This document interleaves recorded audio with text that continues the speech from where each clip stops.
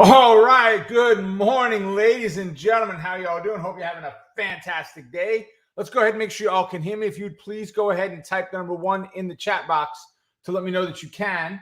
I would greatly appreciate it. All right. Fantastic. I know we got a little bit of a delay there. Thank you there, sir. I appreciate it, Sean. All right, let's go ahead and jump right in. Keeping in mind that everything we do is for educational purposes only. Nothing is meant to be advice and or recommendations. Let me move some stuff around here. It's amazing. I've got 6 monitors and it's just not enough. Go figure. All right. So for some reason, our light is not working today. So maybe a little bit darker than usual, but we will be fine getting through. So let's go ahead and jump in, guys. A lot of stuff happening today. A lot of disappointments, a lot of, oh my goodness, really type stuff. So if we're looking here at the ES, and let me try to get my drawing tools ready. You can see we're down about 26 points right now on the S&P 500. Apple getting hammered, Amazon getting hammered. I mean, we're talking about crushing as far as what we're seeing. Here today, it's just, with the earnings, it was just insanity. Let me go ahead and start this up as if I'm recording, which I am not. Pause it, but now I've got a drawing tool. So here is our 6 p.m. open last night. Here's our 5 p.m. close last night. You can see right after the market opened back up again last evening, 6 o'clock, we were down. We came down, right here is the European market. We vacillated a little bit, but nothing really giving us any definition. And that's really carried through until today. And in the last, 20, 30 minutes or so, we've had a fairly fast move down, giving us a new bottoming pattern in there, kind of a triple bottom down there. We'll see if it holds or not. But right now, the big news is we're down 26 points on the ES right now. Right, when it comes to YM, we're down 77. All right, so not bad on the YM, which is again Dow. When it comes to NASDAQ, the NQ, we're down 143 points. All right, and that is Amazon, Apple. Who else came out? I think Starbucks was down yesterday as well, and so forth. So, but there are some drivers on the other side that are pushing things up, like energy and so forth. So NASDAQ was kind of just down last night and it stayed there. It's drifted down, but the hammering news between Amazon and Apple last evening just drove it to the downside. All right, then we have Bitcoin, which is sitting at about 61,000 and change. It's been a bit of a sideways move. And we have gold. Gold has gotten slammed this morning in the last little bit. Gold has really taken a hammering. We're down 22 points on gold. Crude oil. Drive, baby, dive, just go, man, go. Come on, I got to negotiate pretty soon my contract for heating oil. So we're down, it's $1.20 on energy right now on oil. And then nat gas, which we don't have, but nat gas is down just a little bit, right? So overall, everything looking bearish, nothing really happening on Bitcoin there either. With that, let's go ahead and jump right into our candidates today, and let's see what the heck is going on out here. Let's see, Paula. Good morning. And did you take what I said yesterday, and when I talked about the SPY and trade it that way? Because I actually used that in a conversation, not yesterday, the day before. Because yesterday we did not have a training. I had an appointment in the morning, couldn't do it. From the day before, the SPY literally played ping pong between those 2 fib levels that I gave you. So it was a great setup. It went right to where we wanted. It dropped right to where we wanted. So hopefully you were able to take advantage of it. Apple. Let me open up an option chain here in case we need it. So let's go to Apple. Ooh, let's try that again. So Apple, you can see they just got slammed. First time in I don't know how many years since they missed their earnings, their numbers, and such, right? So great smash down and boom, just sideways ever since, right? Nothing really happening in there. It just died, right? So what are we looking at today? Without a doubt, bear call spread on Apple. Could you continue this through with a buying a put option instead, absolutely you could. Yes, you certainly could. I don't need all of those. I just need 20 of them. So if we're looking at a bear call spread, we'll be looking for next week. And we need to wait for the market to open, right? Because we're down 5.5 points. So our numbers are going to be off for sure. But I will be looking at spreads right now. If we were looking at next week's, I really like the $1 increments if we can get them. I just don't know if we're going to be able to pick that up or not. We may wind up with some of the 50 cents. So at 147s, we're looking at somewhere on up above that. I'd like to be above that 152 range when we do this trade. So yeah, we would have to go to 250 increments. So 152 half, 155 is what I'm going to be looking for. Now, yesterday we could have got $1.04 for it. We're $5 difference in price right now. So we're talking about 47. So we're looking at maybe, depending on how big the bid-ask spread is, so we're looking at 50 or 60 cents potentially for what's right now trading at $1.04 was in yesterday's market. So, but I definitely like Apple is one that I will be looking to pick up today for sure. Amazon is the next one. Now, Amazon for many of you is like, oh my God, this is crazy. I can't afford it. It's too expensive. Amazon in pre-market is down 150 points.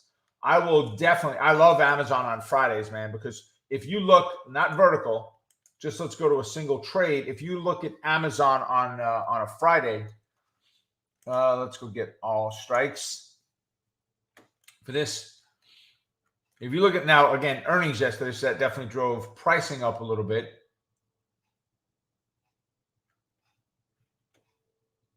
What are we doing here?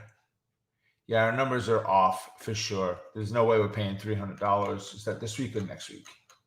No, there's no way we're paying $300 for an option today. So the numbers are just off with the earnings and the post-market stuff. I mean, you look, puts for a second. 3,300. Yeah, see here, the 3,300s are 14 by 15, which is kind of the at the money-ish. And the 3,300s on the calls are 153 by 166. There's no way, right? The call options are way out in left field, right? But I will be looking at a potential put trade on Amazon today, right? If we can get a move up to a pivot point or a resistance level and a failure, I will be looking at buying a directional put. Could you do diagonal spreads on them? Yes. And not diagonal, vertical spreads. Yes, you can. Just keep something in mind. You have right here where we are, you've got $5 increments. If you got to be careful, you don't wind up being too far out and you're floating on tens, right? I just don't do $10 and $20 spreads on this at all, right? So just caution grasshopper, right? But whoops, that was not what I wanted to move. I wanted to move the option chain. There we go. That's good. All right, so I'm liking Amazon a lot.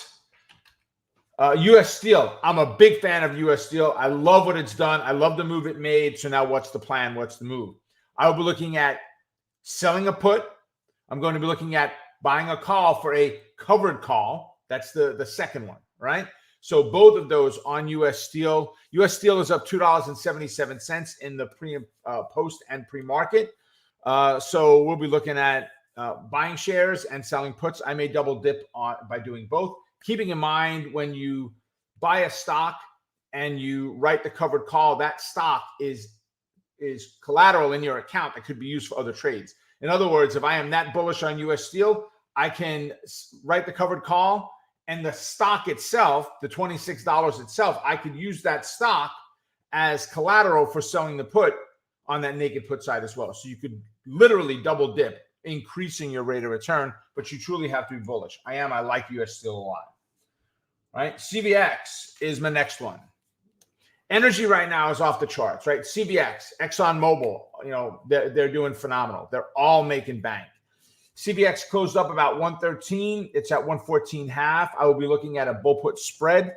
You will not get huge premiums on these positions. All right. So let's see if we go back to vertical. And we're looking at a bull put spread. So actually, let's do it this way. Let's go to CVX. So CVX right now is up above 115. So I'm going to be looking for something down below 113, 112, 113. If I can get down below 112, I'd be very excited about it. But I'm happy if I can get, if not, to the 113.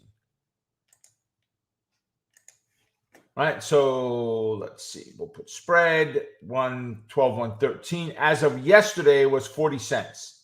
Wow. Now the stock has moved $1.50. So we're probably looking at 15 or 20 cents. And that's for one day. That's for today. But if I can get 15 cents for a day, that's 15%. Right? I will be all over it. If not, we'll be looking at next week. And once again, we'll be looking about that 113, 112. We're looking at 47 cents. 112, 113 was 40 cents for 2 days. And that's because of earnings. For next week, the exact same position was only 47 cents. So 7 cents more for an entire 7 extra days, a full 7 extra days. Once again, we're probably looking at this position going to about 30 cents, 32 cents, somewhere around there will be cost for it if not. But listen, if I can get $1 spread and if I can get 20 cents on $1 spread, you're crushing it. That's 20%. It's actually 25% if it expires worthless, right? So I like it. ExxonMobil, XOM. We closed up at 64.25. We're at 65.25 now, so $1. Same thing. ExxonMobil, a little bit more stringent with premiums than Chevron is, but both of them are in the same sector. XOM. Oh, I like that. I like where we closed up yesterday for sure. Let's put a Fibonacci on here.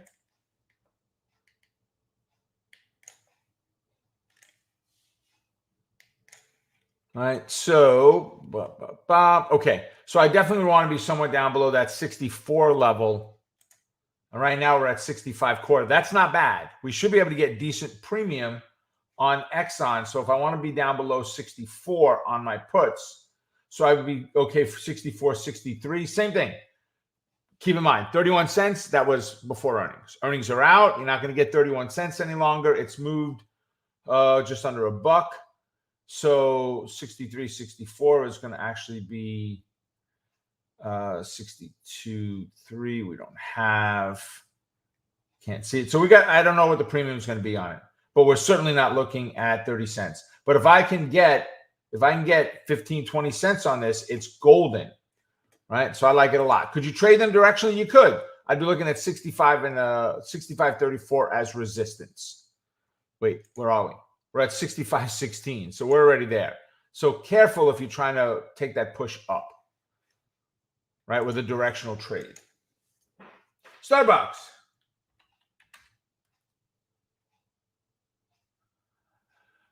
Let's say Alex said Apple lowers guidance on deliveries and iPhone due to supply chain issues, price drops. Yeah, so that's exactly where I'm getting at, Alex, right? So what does that mean for us with Apple? I love the idea of trading Apple based on its supply chain. It isn't something that, tomorrow we flip a switch and it all works again. It's not, on Facebook, rename our company and everything will be good. To the meta universe, which I think Facebook was not smart for what they're doing, because I think every government official's eyes are on them saying, wait, you are planning on controlling the meta universe now? We need to rethink this process. Alex also said Amazon report was weak, with weak guidance except for the cloud space price opens down. They talked about ad revenue lower, supply chain issues, higher labor costs, not a good quarterly report. Exactly, Alex. So same scenario. I think both of these are very strong bearish trade setups that we've got some opportunity over the next couple of days and week or two to take advantage of. You got it, Mike. Thanks for sharing your knowledge. You got it, my friend. I appreciate you being here. So Starbucks. Woo! See, I'm not doing well, baby. Amazon, Starbucks, right? Taking the elevator down, or actually maybe taking a cliff down. Let's see. They closed up about 113. They're at 106.5 right now. Man. So on Starbucks, I would not have a problem with a vertical spread, of course, on it, but you could trade it directionally also. If we look at Starbucks, let's look at an ideal world.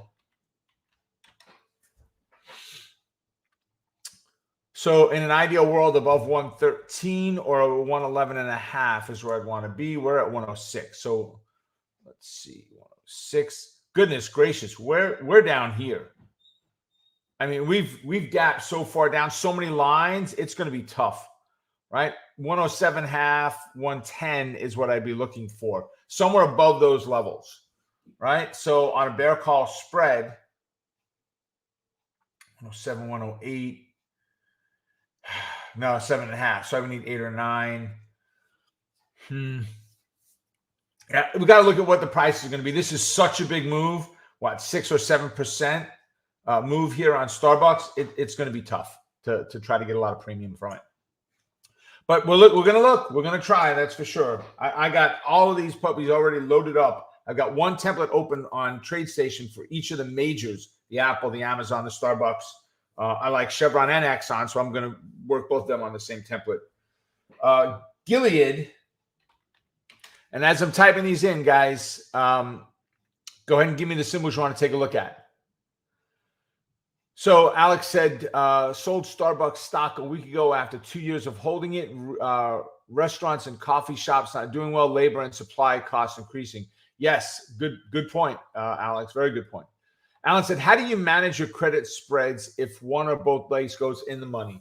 So basically, the short leg, Alan, the way to look at this is at a minimum, without me being able to really teach it in the next 2.5 minutes, you want your short leg. So if you sold the 115 put, if the stock gets to 115, you want to be out of that leg. And then you've got to manage the other position. And the phraseology I would have students write down was, if it got to that price, to your short leg, exit your short leg. As far as your long leg, determine where the next support or resistance level is. If you think the stock can get there, then hold on to your long leg. If not, then you need to get out of that long leg, right? So it's just a matter of determining where you think the stock goes. All right. So Gilead, not a big drop, 67 to 66, 65, 80, 66. So bear call spread we'll be looking at on Gilead. And they were also earnings. WDC was the only one that was not earnings, Western Digital, and it's supply chain, not surprising.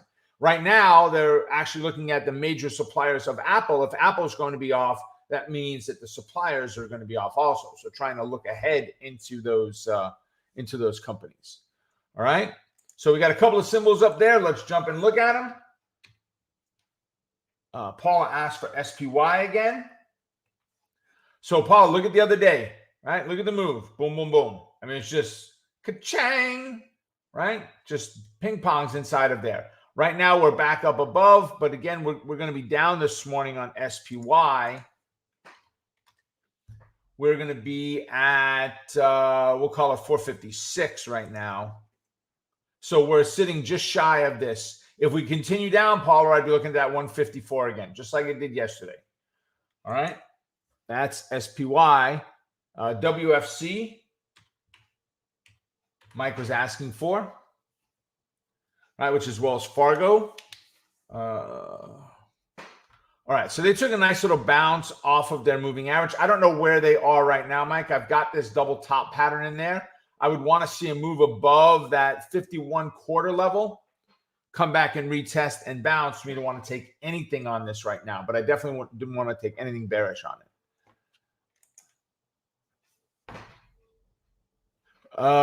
Yes, Alan, BTC buy to close the short leg. Exactly. Yep. Square, SQ. Square, I'm looking. Who's asking Square? Robert, how you doing, sir?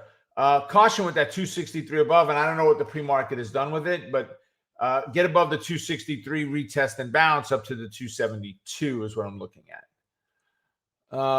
Let's see, ABBV. And that is Lake Shama. All right, so ABBV, let's see. We just crushed it on ABBV, right? Actually, wait a second. That might be, we crushed it on one, but it wasn't ABBV. ABBV, I got to make it red, but ABBV, we lost $300 on that trade, right? There we go. There's the red. We dropped $300 on that one. So we got stopped out on our Trade with Rob setup there. I only like this one right now as bearish. So get me down below the 8 moving average, which is about that 109. And we're looking at 106 as our downside target. Guys, I redid this last night purposely, just caught everything up. And Coinbase was not taken. That was one trade that we just put out this week. It was not taken. We'll reevaluate it. It opened up lower than our stop. So the trade is over as far as I'm concerned. But from May 20th, and I've not done a good job keeping up with getting these done. I've not found a lot of great candidates this month with earnings, right? But with the ones that we've done, we're up $16,649 on this trade. You can go to tradewithrob.com/go. And you can register for this, guys. You can also just go, if you go over here to Trading Like a Boss, there's Trade with Rob. All of this stuff is free stuff that you can get access to. You want to learn about fibs? There's a training on fibs. You want to come to a live 1-hour training we do every week where we really dig into some of these things. You want to get into that training, right? So you can do all of that on tradinglikeaboss.com. Yeah, I don't know why I didn't have ABB. You know what? It's funny. Lake Shama, I wrote ABBV down because I saw it on CNBC and I never went back to look at it. So not really sure, but let's see where they're at. You said they're beat ABBV. So right now they're sitting at 112.5.